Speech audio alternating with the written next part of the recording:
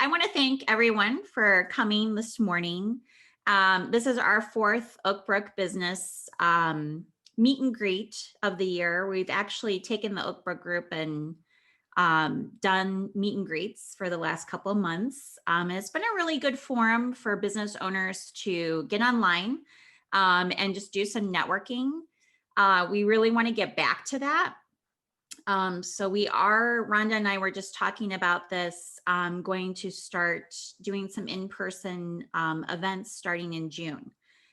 So if you want to learn more about that, you can just go to our website at oakbrookbiz.net, and those events will be posted on the events page.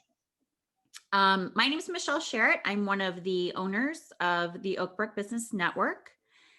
We also have 5 other groups that we have. If you're not familiar, we have the Northwest, Naperville, Windy City, and North Shore business networks. And just real briefly, we started those groups in 2008 on LinkedIn, and they grew to be the largest networking groups within LinkedIn for those different areas. So about 2 years ago, we decided to trademark the names, and we started to do in-person events.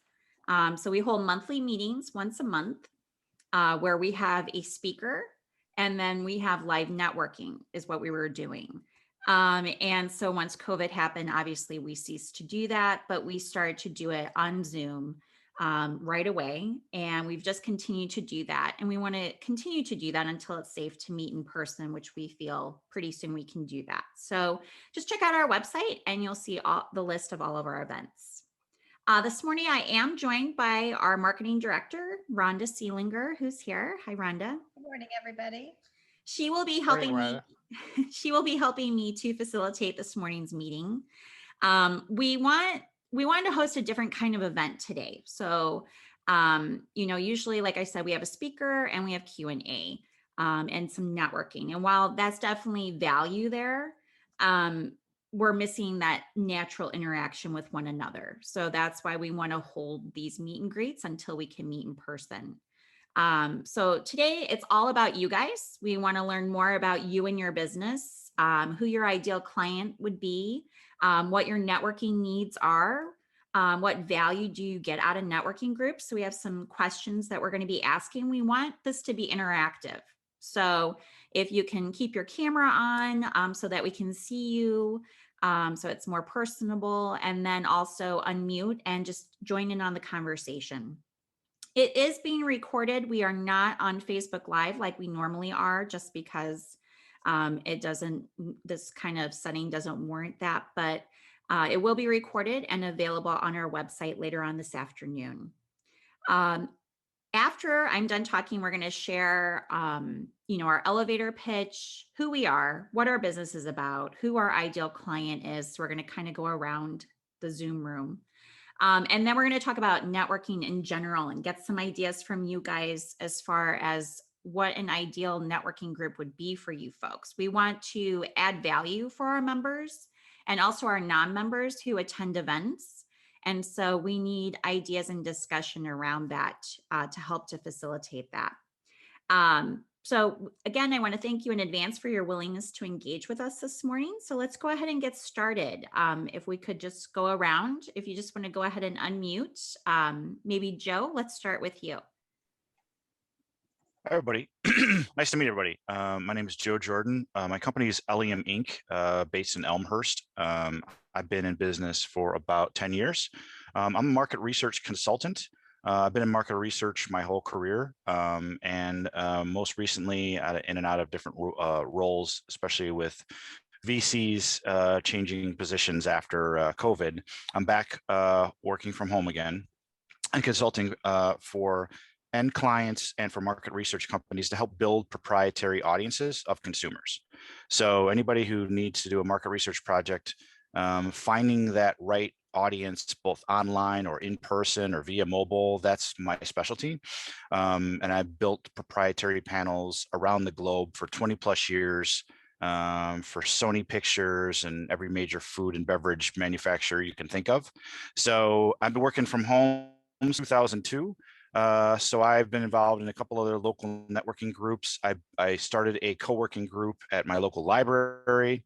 I just came across this one last week. Went to an event last week and thought this would be an interesting way to keep social and keep connected with everybody on a local level. So my ideal end client would probably be, like I said, I've been working in a lot of food and beverage targeted audiences over the past couple of years, since about 2018. So I've been kind of focusing in on that.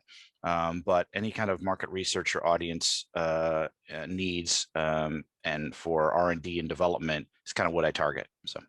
Okay. Joe, is this your own business or is this you're the business owner, correct? Yeah, I'm the business owner. And like I said, I was working for somebody building proprietary panels for Sony Pictures around the globe. And that company kind of evolved into a different direction. So then Sony asked me to establish my business, which I did. So I've been kind of consulting in market research, mobile technology, like I said, building proprietary panels, running custom market research, a lot of connecting companies to the panel companies or the market research companies that can find the audiences for them. And then today's content is interesting because I have 2 or 3 different partners I worked with as far as social media marketing. I know enough to analyze it, but I have not set it up from scratch or kind of done anything like that. And this always is, I'm trying to learn as much as I can about that process more and more, because it's, first, that's obviously the direction the industry has gone, is trying to find your custom audiences on social media and filtering and targeting back and forth. So you think you finally got the right kind of person, and hopefully they come in the door and you're conducting research with them. So. Awesome. Well, welcome, Joe. Thanks. Yep. Dawn, would you like to go next? Oh, I will try. Thanks, Okay. Michelle. Good to see you. Hi, everybody. I'm Dawn Hershick with Supporting Strategies. We bring order to chaos for business owners and nonprofits by providing bookkeeping and controller level services. So we're helping them with their accounting functions all the way through to when it's time to do their tax returns. We do not do tax returns, but we work closely with whoever that person is, as well as whoever in the business has fingers in the accounting pieces to help them figure out what's going on in the business, money coming in, money going out, helping them analyze what's happening with those numbers and really helping them grow the business. So ideal clients for us are going to fall in that $500,000 to $10 million revenue range, growth minded. So they understand that in order to get to the next level, they really need to kind of review their whole operations and figure out what they need to change, what they need to improve on. We've always been a virtual company, so we can also help them with this whole technology world that everybody has found themselves in over the last year or so. So we're really good at that. The people that we have working for us with our clients have on average 10 years of experience in the accounting field. So they're very good at what they do. They're very invested in helping the client grow their business and get better with the business. And so they take all of that off the plate so the business owner can focus on what they do best. Networking, for me, it's very important because I do the business development for our business. I'm not an accountant, but I love connecting people, not just our clients, but other people I meet through networking. So I'm always looking for good quality resources to talk to, interact with, and possibly work together with a client or other people.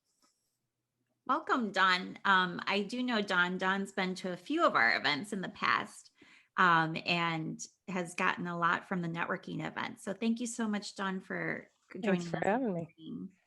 Bobby, would you like to go next? Certainly, I'm happy to. Hello, everyone. This is my first meeting. I'm the new executive director for Literacy DuPage. And what we do is one-on-one tutoring for those who need to improve their English language skills, primarily immigrants, primarily women, interestingly enough. We're housed at College of DuPage, and my client is recruiting tutors primarily, and learners as well, and absolutely donors. So networking for me is increasing our visibility. I want to expand our name throughout DuPage County primarily. Okay, welcome, Bobby. Michael, would you like to go next?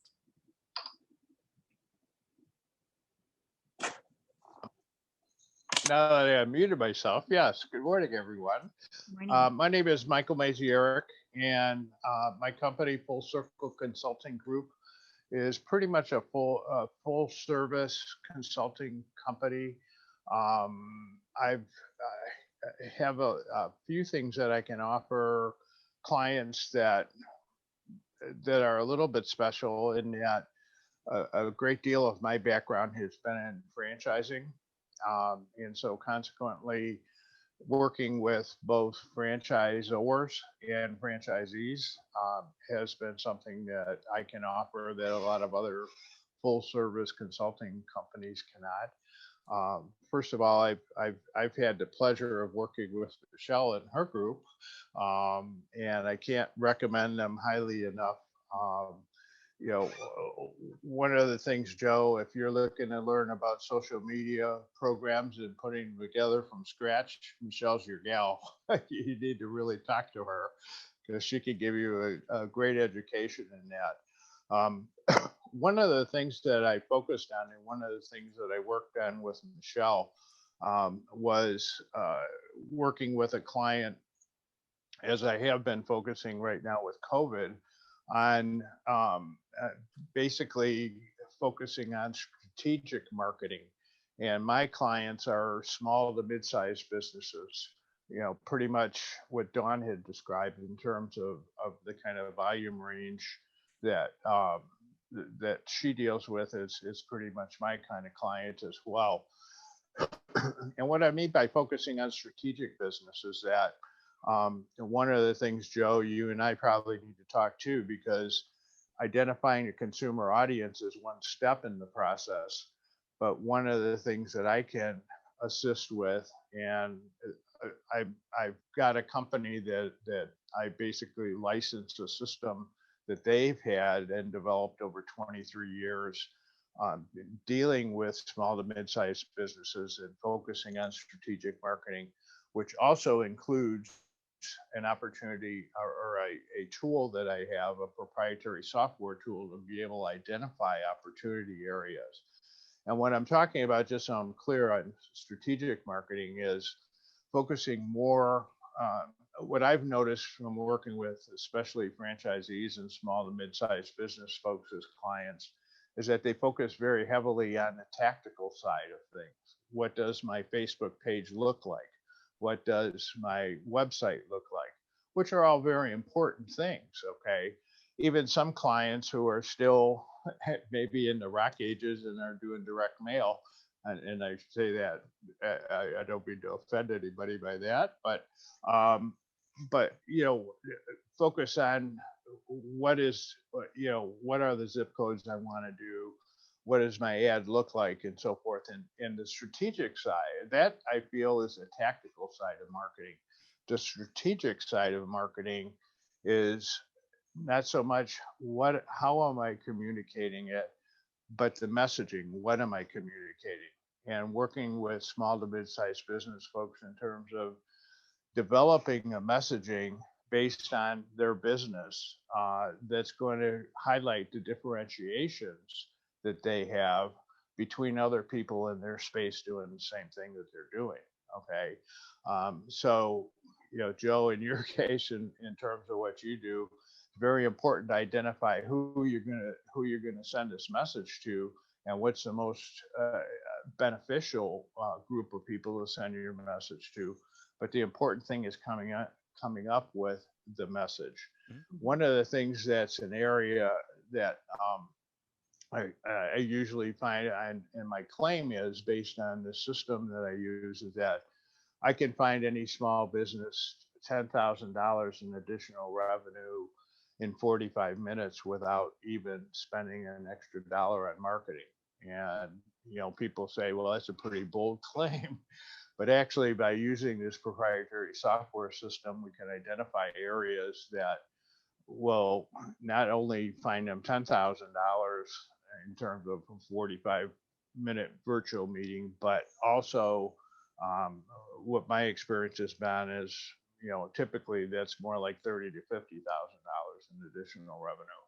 And one of the focuses that I bring to clients and have one of the 8 tactics, if you wish, in terms of the strategic marketing, is developing what I call joint venture relationships. And what I mean by that is, and here this gets me into the networking why it's important, is to identify other businesses that are dealing with the same business demographic than I am.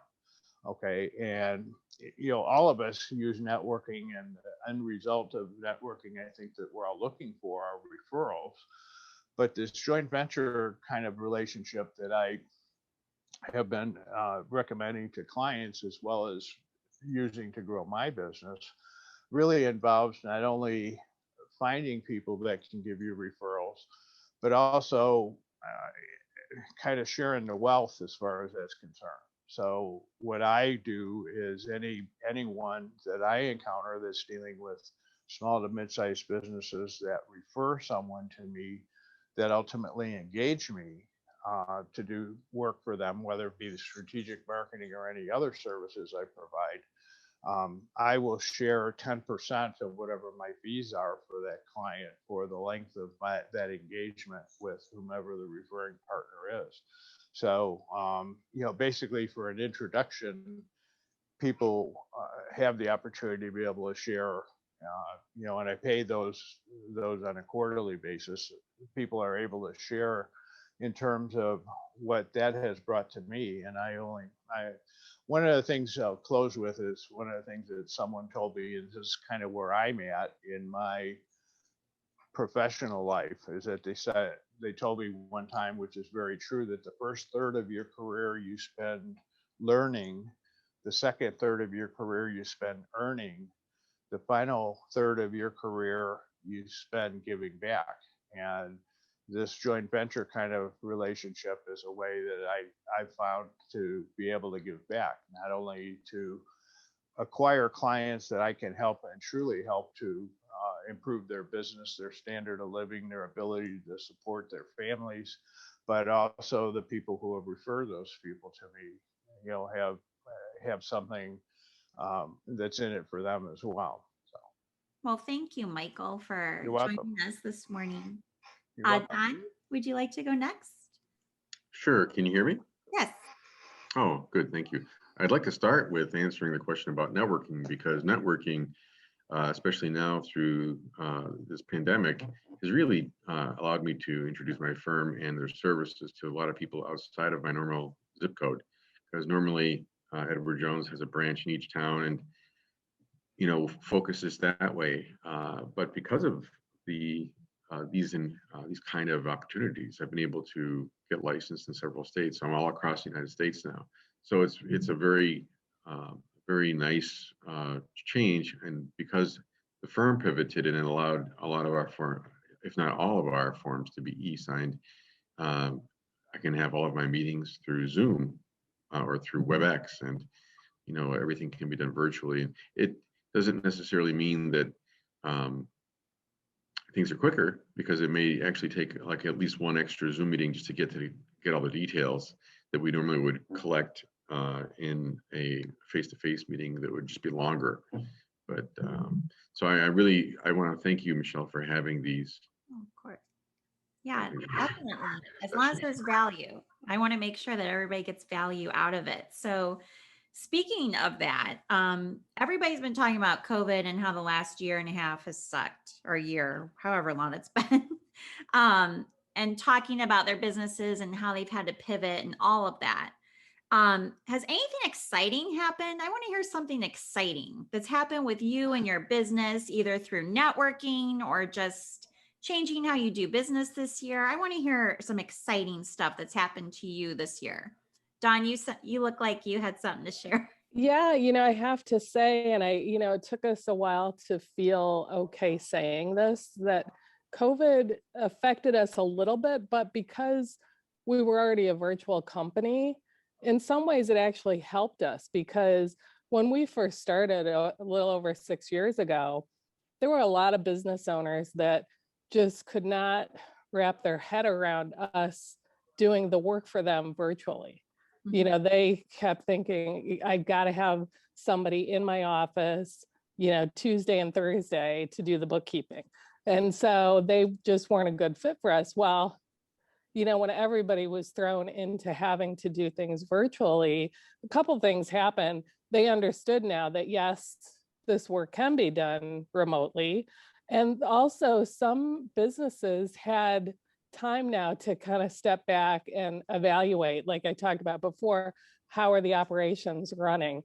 Now they had time to actually dig into conversations with us, because when clients engage with us, there's a ramp up period, right? We need to get to know their business. We know accounting, but we want to understand how they operate. And, you know, so that takes some communication back and forth. And so I have to say that it's been good for us. We've had our best year ever so far this year. So it's all positive for us. That's awesome. Yeah, I was going to say, and I didn't introduce myself. And I'm Michelle Sherritt. But I am one of the owners of all of these networking groups, but my husband and I also started 2 businesses in 2008. One is a usability firm called Situated Research. It's where we bring users in to test software and video games and websites. And then we have PhDs on staff like my husband who have expertise in usability. So we apply that to all of our projects. And then our sister company is Q Camp. It's a digital marketing firm. So Joe, that's where Michael was telling you that we do social media marketing, pay-per-click ads, Google ads, web design, all of that. But to what Dawn was saying, our business, my husband and I have always worked from home. We were trying to keep our overhead low. And we had contractors, not employees, to keep that low. And so if we had to meet in person, we had some like incubator spaces that we would meet.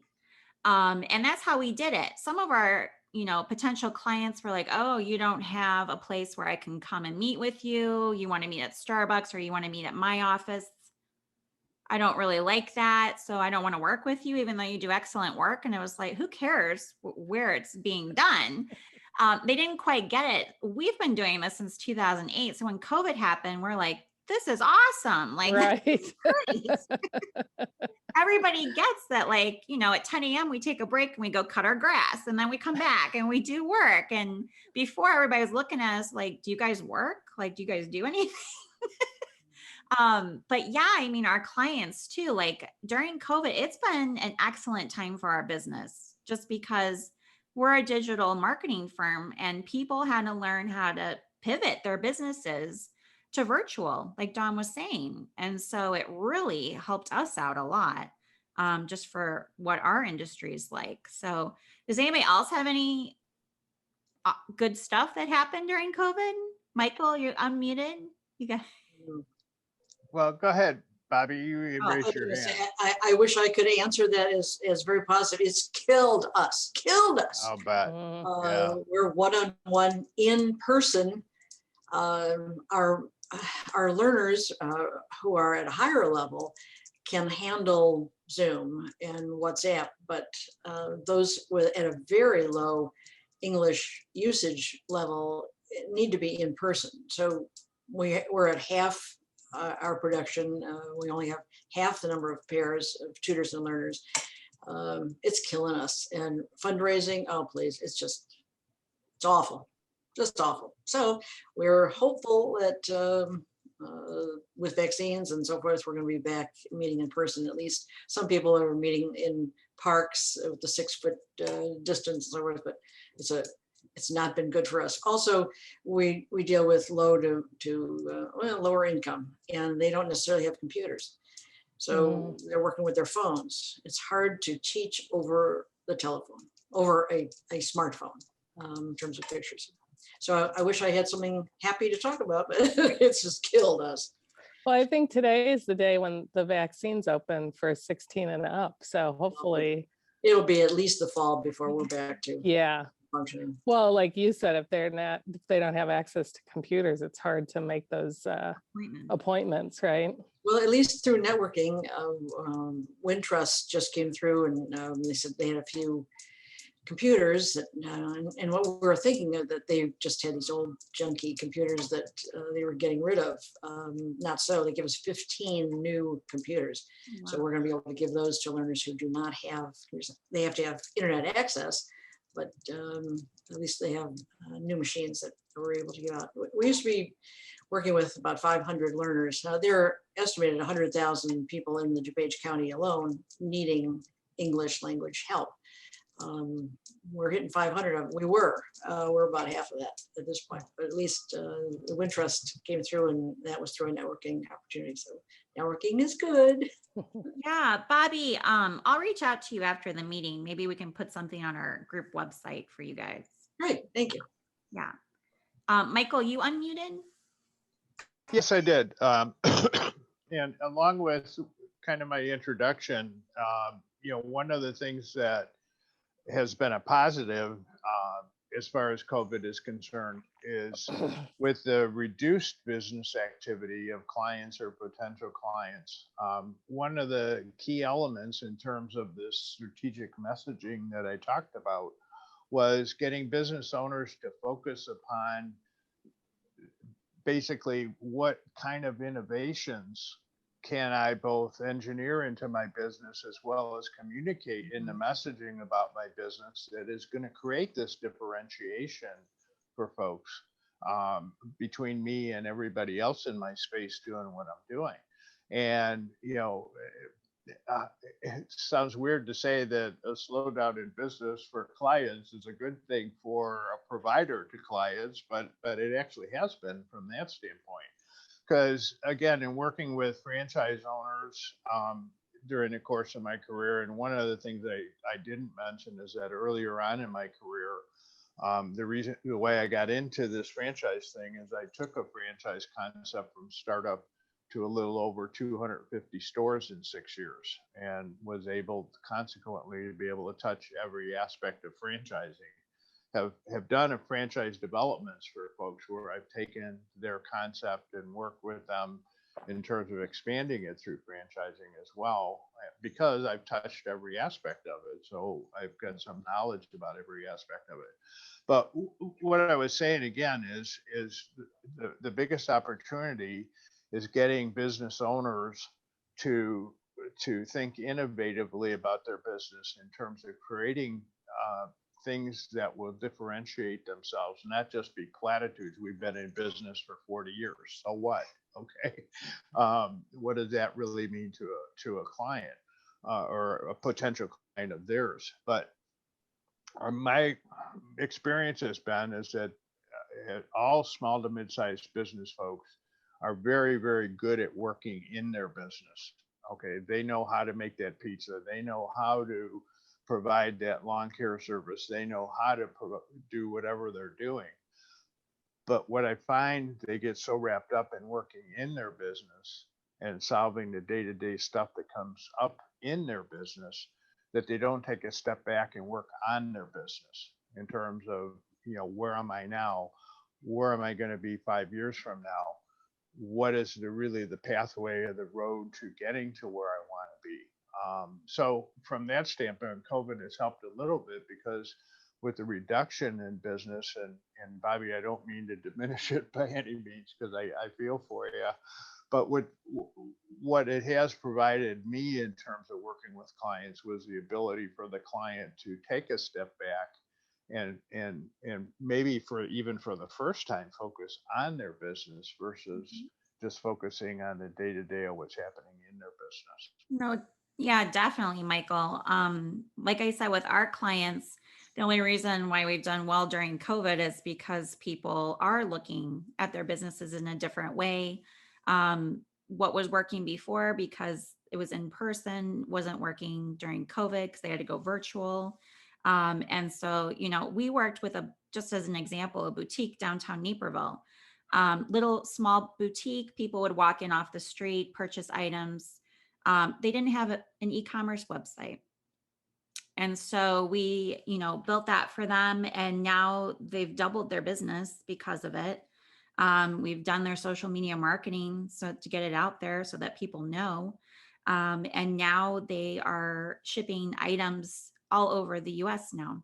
So that's a pivot. That's a huge pivot that they didn't even think about before because they just wanted to be a small boutique in downtown Naperville and be unique. And so that worked for them. But they had to pivot. Yep. Joe, I was going to ask you for marketing. Are you noticing the same types of things that Michael and I are noticing as well with business owners during COVID?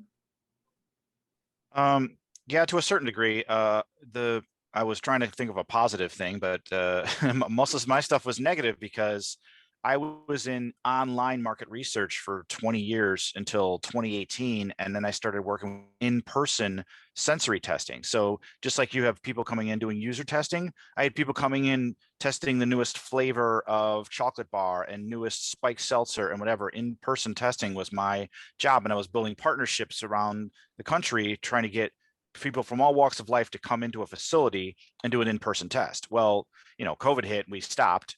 And then I did some positioning and kind of helping them with the technology to have people come in one by one, spaced apart. We got to a good point like last June, but then the clients were like, oh no, our legal team says we can't have any testing. We're done for a while. So that's why things changed. So yeah, I mean, I've seen some changes. Most of my clients, I'm working with database companies and market research firms that obviously shot through the roof for online market research, and basically in-person focus groups and everything just completely shut down.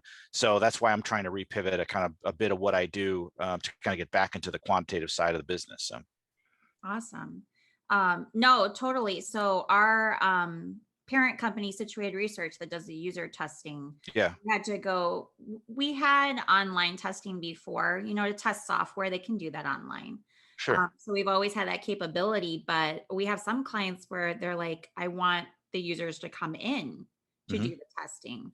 And we had to totally, kibosh that and put it online. And some clients weren't too happy about it, but we're like, it's COVID, we can't do it. Right. So we're just starting to get back into it. So I totally get where you're coming from. I see Glenn, you just joined us. Hi, Glenn, welcome. Would you like to unmute and introduce yourself? Okay, my name is Glenn Kraus, and I live in the far western suburbs. And I'm a retired high school guidance counselor. I was in Illinois public ed for 37 years, the last 30 as a high school counselor. So I've been retired 2 years, and what I do now is I counsel couples, whether they're married or not, to get back on track. And then I work with parents who have teenagers who are a pain in the ass. And I teach parents I give them more tools and techniques to parent more effectively, and they could actually change their teenagers' behavior by doing that. Well, welcome, Glenn. I know you attended one of our Naperville meeting, right? Last week. So welcome. Thank you for joining us today. I just noticed, Michael, that you put your contact information in the chat box. I would suggest that everybody do that just so that we can share your information with one another if someone heard something and they want to go ahead and contact you. If you want to go ahead and do that. Glenn, just to kind of catch you up, we were just introducing ourselves and then we started talking about COVID a little bit, but I didn't want to go down an unhappy track. So I thought maybe we would share some positives that have happened during COVID for our businesses. Do you have anything positive? I'm thinking with couples therapy, you might be booming with business. Well, let me share with you. It's really interesting you say that, because if we didn't have COVID, it probably wouldn't have entered my mind to do this. Yeah. So yeah, it's been, boy, what a market, couples counseling. Mhm. Holy, I never realized the market. And then I found a website that just feeds me leads, feeds me potential clients, but then I have to purchase, the lead. It's just a great website. Awesome. And so, yeah, that's why I apologize for being late, but that's why I was late. I was with a couple, a married couple who live in Queens, New York. Oh, wow. Okay. And it's my second time I met with them. That's great. That's great. So as we're talking about networking, and this is a networking meeting, and we want to network a little bit, have you had any success stories with networking during COVID? Like, what have you done during COVID to network? Is it just been Zoom meetings? Like, how have you been doing that? How have you been going about it? I know that in our last meet and greet, Rhonda, somebody had talked about lunch meet and greets online. So I've actually attended a few of those, and those have helped our business as well. Is there anything else that you guys have found, or any kind of groups online that have helped? Yeah, I had a couple things that popped up. One is all the in-person events obviously went online. So I really started to get back into the business like October, November, and like every conference was online, and it was networking groups, and they would kind of spin you around and network with other people. So basically all conferences shifted in my industry in consumer insights and market research. So I attended a lot of those. And then the other interesting part is that some of the people who've been in the industry for 20 plus years, like, you know what, I just want to offer jobs. When I come across a job, I want to share it with other people.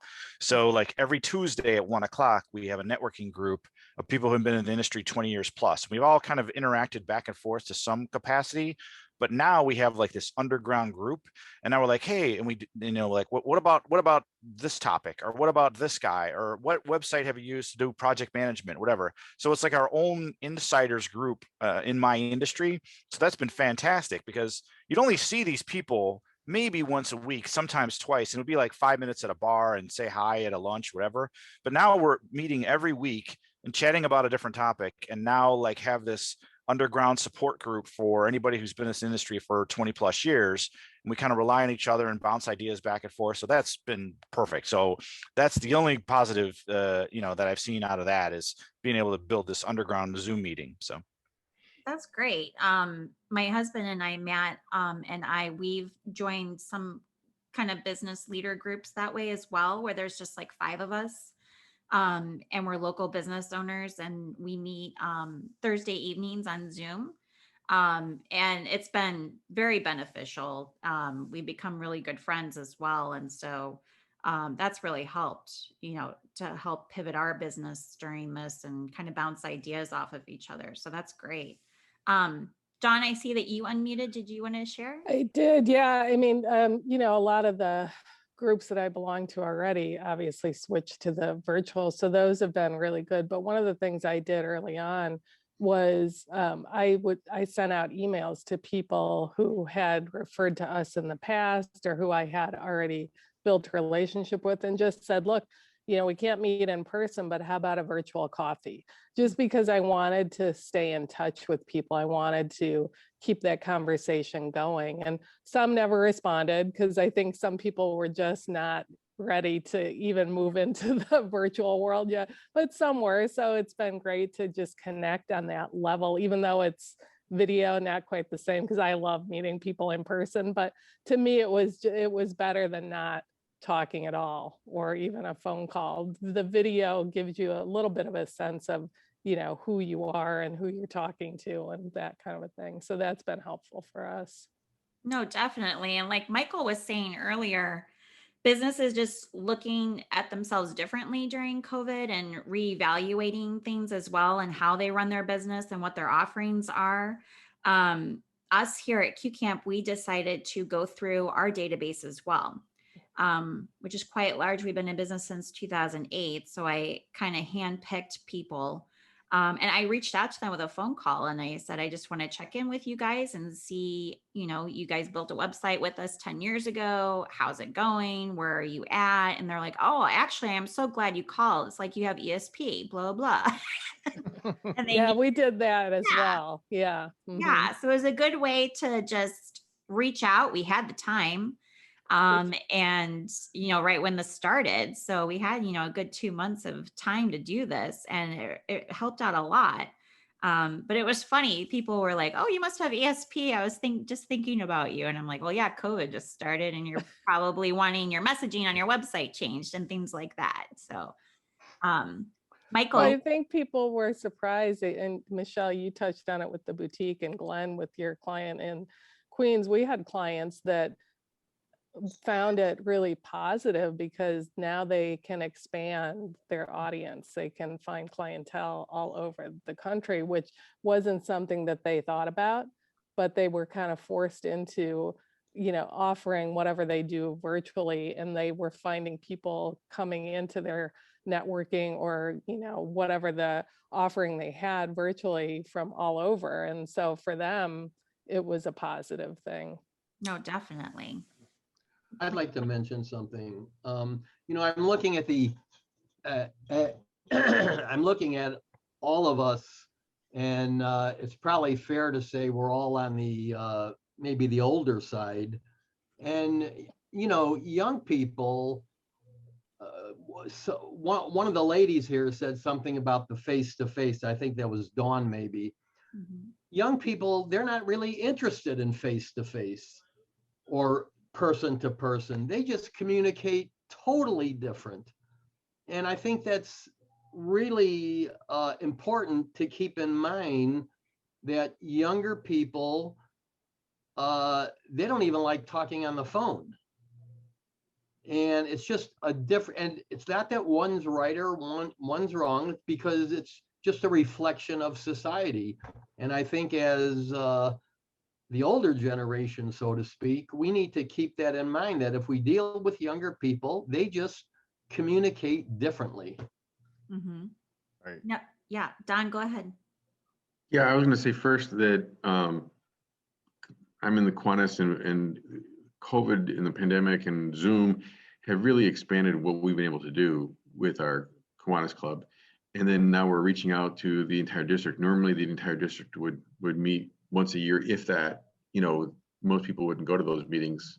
So now we can really communicate a lot better. And it's to the point that was just made. Glenn, thank you very much for making it. Because my kids are 15 and 18-year-old, they prefer texting. Not that it's better or worse, but they call them up on the phone, and it's crazy. FaceTime was developed kind of, you would think, for them, but no. Zoom, no.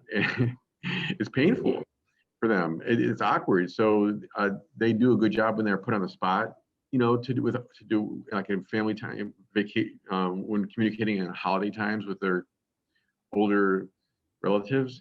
However, I think that Glenn makes a very good observation, and I agree with it. It's unfortunate, because you would think that they would bring up the level of communication with video, and it's. Well, it's not that it's unfortunate. It's just different. Yeah, it's Okay. You're saying it's unfortunate. Don's saying it's unfortunate because that's how he is. But you're comparing apples to oranges. It's lacking the interpersonal connection with other people. It's hiding. But that's just what. I understand that's what it is. That doesn't mean it's good. Well, it's good. It's good for the younger people. It's not good. It's what they do. Well, differentiate that. I don't know what good is. Tell me what good is. I don't know what good is. Emotional and interactive, and it's unfortunate. Well, I would concur. I would concur with Bobby on that, and I'll share with you why. Suicide rate is really going up with young people. Yes. Are you? I don't know if everybody is aware of that, but suicide rate's going up. Yes. Yeah. And here's one of the main reasons. One of the main reasons is because parents baby their kids, and they rescue and enable them, and they don't want anything to go wrong. So when they get into the real world in their 20s, they don't have any tools and techniques to handle the obstacles in life, because their parents have been enabling them. Mm-hmm. And they have not been connected. Back to my point. they don't know where to turn. They don't know how to function without. I agree. I So agree. And- speaking with connections, we have maybe 10 minutes left. Oh, I just want to talk a little bit about networking groups. And so what we've experienced during COVID, but now we're transitioning into hopefully normal, what our normal is going to be. What do you guys expect or want to see in networking groups? So you had an expectation when you came today of what this forum was going to be like, what you were going to get out of it. You have expectations when you go to networking events. You have expectations when you go out and you meet with a potential client. So how do you want to see that moving forward? What changes do you want to see? What do you want to see when you go to a networking event? What could improve these events? And just, you're not going to offend any of us. Just share your thoughts. Anybody who would like to share. Go ahead, Don. I'd like to see something continue that I've seen where people, like you said, post your name and contact information into the chat, and people save the chat and they can communicate later on if they want to. And the people who do one-on-ones after that, that's awesome. So that's the chat is a good thing. And then the other good thing is for people to go around and say what their ideal client looks like, or what a little bit about them. I didn't even talk about what I do, but at the end of the day, hopefully you guys know what I do. The thing is that I think you bring a very good question, and hopefully someone will answer. What are some extra things now to add on to make the experience better in the future? So I'll let you guys take it from there. I have no expectations no, really, because I think it's a free-flowing living organism, and you never know where it's going to take you. You never know who you're going to meet, and it's just about networking. Mm-hmm. And making connections. Yeah, and making connections that maybe you can create a strategic alliance. Mm-hmm. Mm-hmm. Well, and essentially, this is something that I harp on with my kids, and they're in that same category, that you described, Glenn, in terms of the way they communicate and the cautions about that. As far as Bobby, we've lived that, okay, and experienced it. But one of the things that I've pretty much tried to emphasize with them that the real fundamental foundation of business is relationships, and it's creating those relationships. And first and foremost, as far as networking, obviously, for all of us to spend our time doing it is to develop relationships. Okay. I've been to some networking groups that basically the people on it were what I would term takers, that all they were there for was to see what they could get, as opposed to what my frame of mind is when I do networking events such as this one, is how can I help? What can I give? Okay, because that old saying, what goes around comes around. I'm here to tell you that in my experience, it's really true.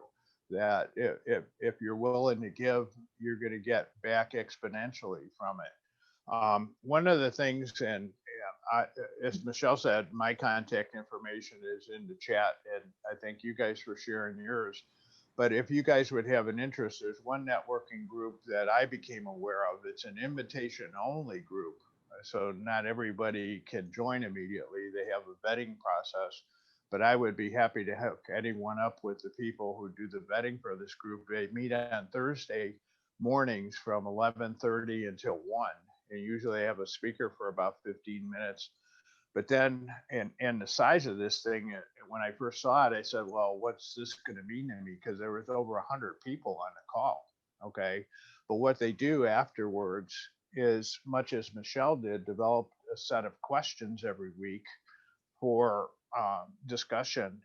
And then they break out people, they break out these 100 folks into breakout rooms of 5 to 6 people. And I've met more quality people and developed more relationships in the 3 or 4 meetings that I've been to, that I've attended with this group. And I'd be happy to hook you up. It's called Strategic Introduction League is the name of the group. And I found it to be very beneficial. The people that I've met in the chat in the breakout rooms have been unbelievable, and it's actually turned out a couple clients in the last couple weeks. Michael, can you share that information in the chat box? That name of the group? Yeah, I will. But again, it would take me introducing someone. So that's why, if you're interested in it, email me after this. But I will right now put it in the chat for you guys. So. Thank you. Rhonda, you pose a really good question. Is there an ideal time to hold these types of networking events? Like for us, we hold it 9:30 to 10:30. We've always done it that way for the last 2 years. When we were meeting in person, we had really good turnouts. Online, it's been so-so. And so our happy hour events, obviously, were happy hour. Our evening dinner events were obviously sit-down dinners. So is there an ideal time as a business owner to hold these types of networking events for business owners with the speaker, with the format that we have, where we have a speaker and breakfast? Obviously, ours is in the morning. But is there an ideal time for you guys that you feel is just a better time for networking? I've been to some groups that meet at 7 a.m. and it sounds crazy, but they get after an hour and a half, you're done, and it's only 8:30 in the morning. Okay. Move on to your day. Mhm. Okay. Is there a certain day of the week that's better? Go ahead, Bobby. Sorry. To me, it doesn't make any difference. I could see a benefit, and Don, I get your point that way, then business owners can move on with their day and not interrupt it. A lot of companies have their sales meetings on Monday mornings, so that it can be a problem or conflict. I'm curious, interesting with all this conversation we're having about everything being online and how great it is, but your audience prefers to be in person, which is interesting that you get a bigger response when it's in person than online. Yeah. Says a lot, folks. A lot. I don't have a suggestion of what's best. It's going to affect, no matter what time you pick, it's not going to be great for everybody. That's true.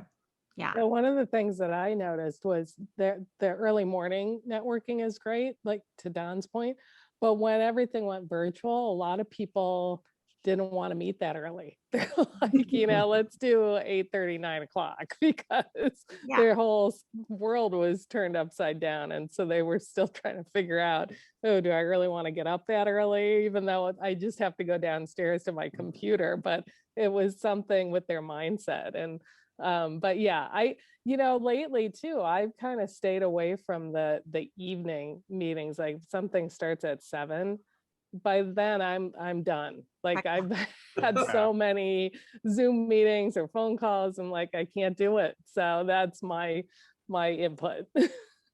So everybody's different. Everybody has different things going on in their lives and during the day. So okay. Well, and I think, Michelle, at least from my standpoint, I think what really drives Rhonda's question or the answer to that question is, what is the value added you perceive from the networking event? Like in my case with this network I mentioned, it's not totally convenient for me all the time on Thursdays at 11:30 in the morning, even though that's kind of lunchtime, quasi lunchtime kind of thing. But by the same token, because I felt it was a value for my time, I'm starting to schedule around that 11:30 on Thursdays. Okay, so yeah, that's true. If it's a good quality event, you will find the time. But the nice thing about that group, Michael, because I belong to that group too, is you don't have to go every week. Like there's nobody taking attendance and calling you out if you didn't show up on if you can make it, great. If not, that's okay too. Yep. So what is somebody, I don't know if it was Michael or Don, what's your definition of a good value from a networking group? Like, how do you define good value? Well, from my standpoint, I've been impressed, and as far and I'm talking in terms of this strategic introduction league a networking group. I've been impressed with the quality of speakers that they've had. They usually limit Dawn, correct me if I'm wrong, but they usually limit those presentations to 20 or 25 minutes. Yeah.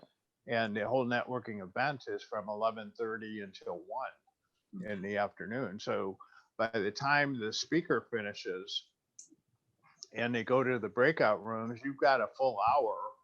Okay, so there's enough time for the way they break it out, 5 or 6 people in the breakout rooms for everybody to share and have an opportunity to share. And I think that's really probably one of the hallmarks that or yardsticks that I use to measure events that I go to is what is the availability for everybody to share, as opposed to just having 1 or 2 people dominate, a conversation.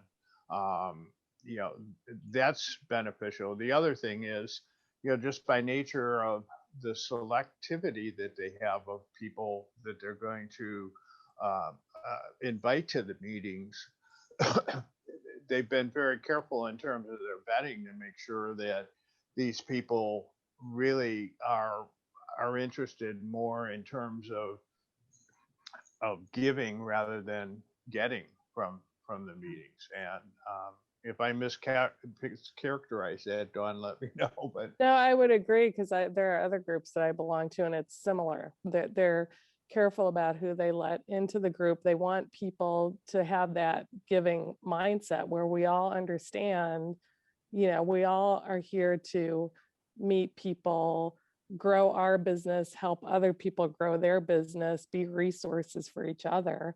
That's really, to me, good quality networking, when you find a group of people that can do that and work well together. Yeah, Bobby. I have a question, Dawn and Michael. Is there a limitation on this certain number of people in an industry, or what criteria do they use to include? No, not to my Still, knowledge. there isn't. But I did the other groups that I belong to, they do limit for each chapter. Usually it's one, I think is 1 person per industry. The other one is 2 people per industry.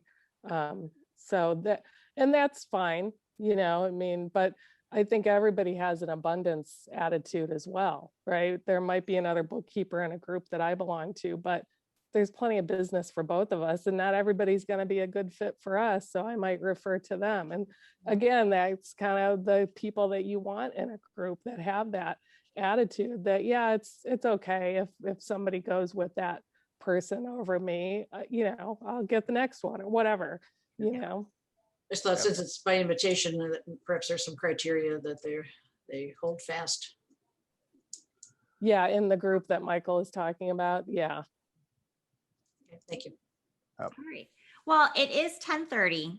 So I want to thank all you for coming today.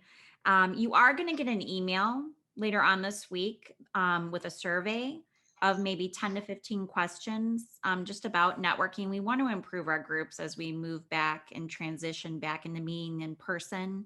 A few of you have attended some of our in-person networking events, so you will be able to add really good value for us because you've been to them before. But we want to improve them, and you guys have networking knowledge, you go to events. So if you could just share and fill out that survey for us, that would be greatly appreciated.